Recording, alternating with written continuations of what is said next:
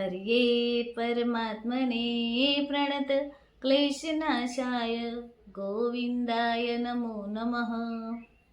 Hello family, જય શ્રી કૃષ્ણ, જય બોચરમાં. કેમ છો બધા? મજામાં ને? આઈ હોપ તમે બધા જ મજામાં હશો. અમે પણ મજામાં છીએ અને મારા પ્રભુના ચરણોમાં પ્રાર્થના છે કે તમે ને તમારો પરિવાર ખૂબ જ સુખી હોય, સ્વસ્થ હોય અને સુરક્ષિત હોય. તો આજે થઈ ગયો છે રવિવાર, 12 એપ્રિલ અને દસમ. કે જ્યારે આપણા ઘરમાં કોઈ પુણ્યશાળી જીવ હોય, કોઈ ભક્ત હોય કે કોઈ દેવી આત્મા હોય ને ત્યાં સુધી આપણા ઘરનું કોઈ કંઈ જ નુકસાન કરી શકતું નથી. જ્યાં સુધી વિભીષણજી લંકામાં હતા ને ત્યાં સુધી રાવણે ઘણા પાપો કર્યા હતા, પણ રાવણ ખૂબ જ સુખી રહ્યો હતો. જે દિવસે રાવણે વિભીષણજીને લાત મારીને લંકાની બહાર કાઢી મૂક્યા ને એ દિવસથી રાવણની પાછળ રડવાવાળું પણ કોઈ રહ્યું નહોતું. એવી જ રીતે હસ્તિનાપુરમાં પણ જ્યાં સુધી વિદુરજી કૌરવોની સાથે હતા ત્યાં સુધી કૌરવોએ ખૂબ જ સુખ ભોગવ્યું હતું. પણ જ્યારે કૌરવોએ વિભીષણજીને એમનું અપમાન કરીને રાજસભામાંથી કાઢી મૂક્યા એટલે કૃષ્ણ ભગવાને આવીને વિદુરજીને કીધું કેમ કે કાકા હવે તમે યાત્રા પર જાઓ. વિદુરજીને યાત્રા પર મોકલ્યા અને કૃષ્ણ ભગવાને અહીંયા કૌરવોનો નાશ કર્યો. કારણ કે વિદુરજીની પુણ્યતાને લીધે કૌરવો ખૂબ જ સુખી હતા.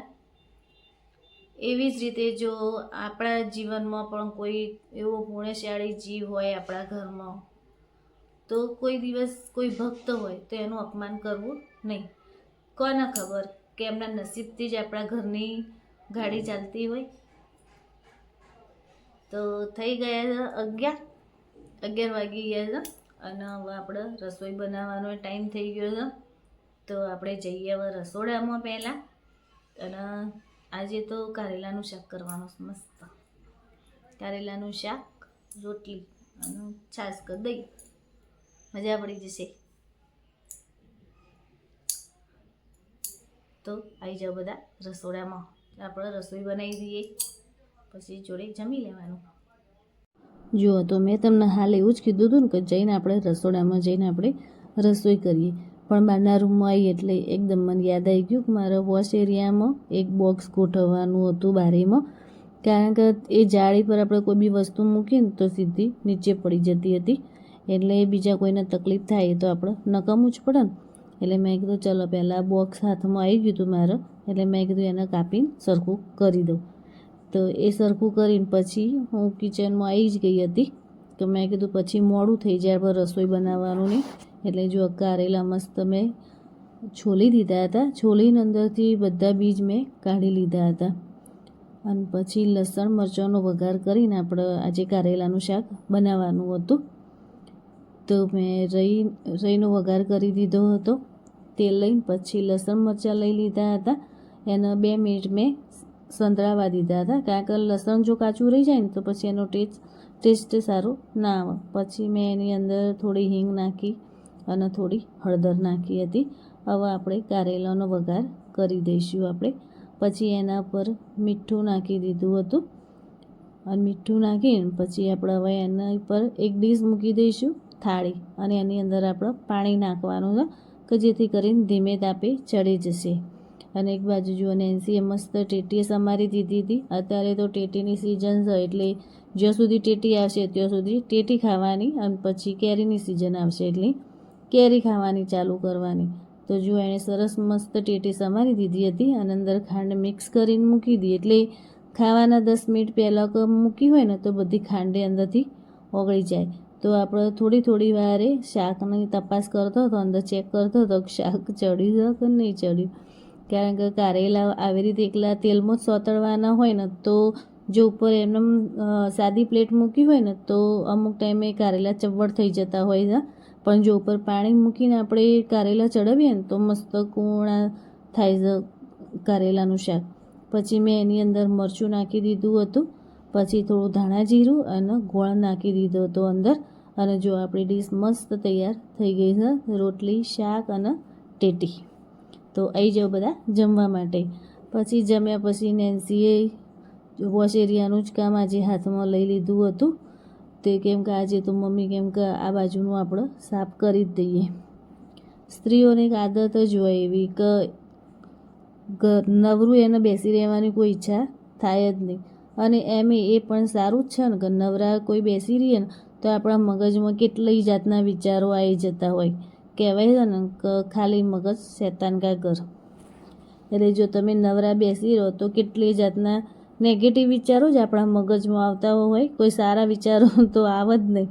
એટલે એના કરતાં એવું રાખવું કે આખો દિવસ આપણે ધીમે ધીમે પણ આપણું કામ ચાલે રાખવું, કરે જ રાખવું ધીમે ધીમે. અને જે મેં બોક્સ કાપીને રાખ્યું હતું ને એ જુઓ સરસ પૂંઠું આખું જાળી પર ગોઠવી દીધું હતું. અને એ એરિયામાં કેવું હતું કે એક માર માટલી વધારાની પડી રહેલી હતી કે ડોલો હતી એ બધું મૂકતી હતી. અને કેવું થાય કોઈ નાની વસ્તુ એવી મૂકી દઈએ ને નાની બોટલ કેવું તો સીધું નીચે પડી જતું. એટલે આજે તો ધરમનું કામ કરી જ દીધું હતું સરસ. અને નેન્સીએ સરસ આજે એ બાજુનો એરિયા એકદમ ચોખ્ખું એકદમ ક્લીન કરી દીધો હતો. અને કેવું હોય કે આપણે તમે જોજો કે ઘર ચોખ્ખું હોય ને તો જ આપણને ગમે, નહીં તો પછી આમ કંઈ કામ કરવાની આપણને ઈચ્છા જ ના થાય. આપણામાં બહુ આળસ આવી જાય કે આ એરિયા આપણે સાફ કરવાનો બાકી રહી ગયો છે, એટલે ઈચ્છા જ ના થાય આપણને. અને જો સાંજે હું આવી ગઈ હતી કઠવાડા બહુચરમાના દર્શન કરવા માટે. તો લો તમે સરસ દર્શન કરી લો માતાજીના અને આશીર્વાદ લઈ લો તમે. દર્શન કરીને રાત્રે પછી હું ઘેર આવી હતી. પછી જમવાની કોઈ ઈચ્છા નથી, પણ મેં કીધું મોડા ભૂખ લાગશે તો બધા જમી લઈશું. એટલે તરબૂચ લાવ્યા હતા તે સમારીને અમે ખાઈ લીધું હતું. પછી મોડા નેસુન પપ્પા કેમ કે ભૂખ લાગી છે તો કેમ કે શું કરીશું, તે મેં કીધું ચલો તાર. મેં કીધું રોટલી પડી હતી તે મેં કીધું વઘારી દઉં. તો રોટલીને કેવું રોટલી વઘારી દીધી હતી અને દૂધ ગરમ કરી દીધું હતું. તો રોટલી વઘારેલી અને દૂધ એ મેન નેસુન પપ્પાએ જમી લીધું હતું. અને નેન્સીએ તો પ્લેટફોર્મ ઉપર જ બેઠે બેઠે એને જમી લીધું હતું. તો જે તરબૂચ અમે લાવ્યા હતા ને એના પાછળનો ગ્રીન ભાગ કાઢી લીધો હતો. અને જે સફેદ ભાગ હોય ને એના સરસ ઝીણા ઝીણા પીસ કરી દીધા હતા. અને પછી એણે પાણીમાં જ્યાં સુધી ટ્રાન્સપરન્ટ થાય ને ત્યાં સુધી એને બફાવા દીધા હતા. પછી એ પાણી નિતારી લીધું હતું. અને એના એ જ તોસરામાં અમે 1 વાટકી ખાંડ અને 2 વાટકી પાણી લીધું હતું, એટલું માપ રાખ્યું હતું. અને પછી એની અંદર જે આપણે જે પીસ કરીને રાખ્યા હતા ને તરબૂચના એ અંદર ઉમેરી દીધા હતા. તો જો આખો કલર એનો ચેન્જ થઈ ગયો છે. અને જ્યાં સુધી ચાસણી ઘટ્ટ થઈ ને ત્યાં સુધી અમે એની અંદર રહેવા દીધું હતું, એને ઉકળવા દીધું હતું. અને પછી જ્યારે ખાસી બધી ચાસણી થઈ ગઈ ને એટલે 3 વાટકીઓમાં જુદા જુદા કલરની એમાં તૂટી ફૂટી બનાવવાની હતી ને તો અમે 3 વાટકીઓ અંદર ભરી લીધી હતી. અને 3 વાટકીમાં 3 કલર અમે એડ કર્યા હતા. કે અમારી જોડે એક ઓરેન્જ કલર હતો, એક યલો કલર હતો અને એક ગ્રીન કલર હતો. તો જો 3 વાટકીમાં લઈ લીધું હતું, એમાં લેમન યલો કલર, પછી ઓરેન્જ કલર અને એકમાં ગ્રીન કલર. અને સરસ પછી કલર બધો મિક્સ કરી દીધો હતો. તો જો કેવો સરસ કલર આવી ગયો છે. અને પછી આ 3 વાટકીઓ ઉપર અમે કપડું ઢોકી અને ખાસું કલાક 1.5 કલાક જેવું અમે ચાસણીને અંદર પીવા દીધી હતી. અને પછી 1.5 કલાક પછી અમે એને કાઢી લીધી હતી. અને વધારાની ચાસણી હતી ને એ આવી રીતે જો ગળણીમાં નિતારી દીધી હતી. અને એક થાળીમાં આવી રીતે જે તૂટી ફૂટી બનાવી હતી ને એ ફેલાઈ દીધી હતી.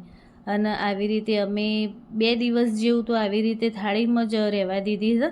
પણ હું તમને કાલના વિડીયોમાં બતાવી કે કેવી અમારી તૂટી ફૂટી બની. હું મારો વિડીયો અહીંયા જ પૂરો કરું છું. જો તમને મારો વિડીયો ગમ્યો હોય તો મારા વિડીયોને લાઇક કરજો, શેર કરજો અને સબસ્ક્રાઈબ કરજો. તો મળીએ કોઈ નવા વિડીયોમાં. ત્યાં સુધી જય શ્રી કૃષ્ણ, જય બહુચરમાં.